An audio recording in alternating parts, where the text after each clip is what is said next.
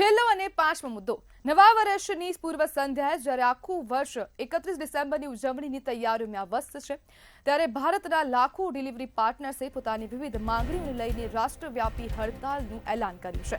Amazon, Zomato, Swiggy, Blinkit, Flipkart અને Zepto જેવા મુખ્ય ઓનલાઈન શોપિંગ અને ડિલિવરી પ્લેટફોર્મ સાથે સંકળાયેલા ગીગ વર્કરો હડતાલ પર છે।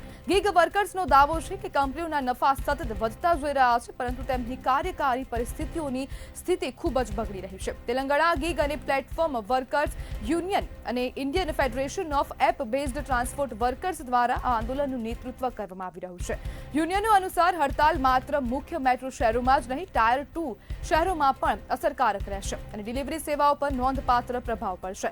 જોકે આ દેશવ્યાપી હડતાલને ગુજરાતમાં મિશ્ર પ્રતિસાદ મળ્યો છે। અમદાવાદ, વડોદરા, સુરત, રાજકોટ જેવા શહેરોમાં ગીગ વર્કર્સ કામ કરી રહ્યા છે અને સતત હવે ડિલિવરી પણ ચાલુ છે, જ્યારે ગુજરાતમાં મિશ્ર પ્રતિસાદ મળ્યો છે અને દેશવ્યાપી હડતાલનું આયોજન કરવામાં આવ્યું છે અને ગીગ વર્કર્સની છેલ્લા કેટલાય સમયથી મુખ્ય માંગણીઓ હતી તેમને સતત હવે દબાણ પણ કરવામાં આવતું હતું। જો ટાઈમ ટુ ટાઈમ સમયસર જો ડિલિવરી ન કરે તો તેમના પૈસા પણ કપાતા હતા અને તેમને પર સમગ્ર જવાબદારી હતી અને તેને જ લઈને હવે ક્યાંક ને ક્યાંક હવે હડતાલ કરવામાં આવી રહી છે। આજે 31 ડિસેમ્બરના રોજ હડતાલનું આયોજન કરવામાં આવ્યું છે। બે મુખ્ય યુનિયનોના બેનર હેઠળ હડતાલ કરવામાં આવી રહી છે, જ્યારે દેશવ્યાપી હડતાલને ગુજરાતમાં મિશ્ર પ્રતિસાદ મળ્યો છે। ગુજરાતમાં ડિલિવરી પોર્ટલ આજના દિવસમાં પણ ક્યાંક ને ક્યાંક ચાલુ જોવા મળી રહ્યા છે।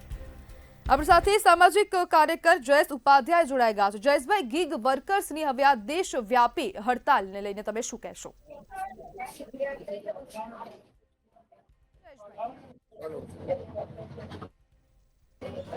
જી જયેશભાઈ। નમસ્તે, હું રાજકોટથી જયેશ ઉપાધ્યાય, સામાજિક કાર્યકર્તા, બોલબાલા ટ્રસ્ટ। ખાસ કરીને જ્યારે આ સમાચાર મળ્યા કે આ રીતના એ પ્રમાણે 10 મિનિટમાં પહોંચાડવાનું ખૂબ જ અઘરી સમસ્યા, ટાર્ગેટ ડબલ કામ કરવા માટે હોય છે, ખૂબ જ મુશ્કેલી સર્જાતી હોય।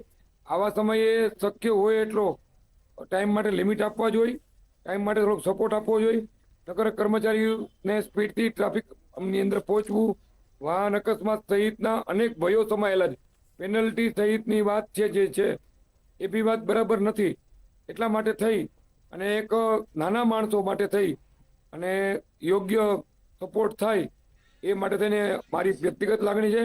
અને બોલબાલા ટ્રસ્ટ વતીથી જે અમે નાના લોકો સાથે કામ કરતા હોય, ફેરિયા સાથે, જે ડિલિવરી મેન સાથે એ પ્રમાણે વર્ક થઈ રહ્યું છે એ પ્રમાણેનું કામ થતું હોય છે। આવા સમયે હું ખૂબ હૃદયથી લાગણી વ્યક્ત કરું છું। આની ઉપર પુનઃ વિષય ઉપર નિર્ણય લેવામાં આવે, અથવા તો સમયની મર્યાદા વધારવામાં આવે, અથવા તો બને એટલું સ્પીડથી થાય એવું કહેવામાં આવે। નોટ ધેન કે ટાર્ગેટ 10 મિનિટમાં જ પૂરું કરું। તો આવી વાત લઈને મારી વાત આપને મારા વિચારો વ્યક્ત કરું છું। બિલકુલ જયેશભાઈ, જોડાવા બદલ આપનો આભાર।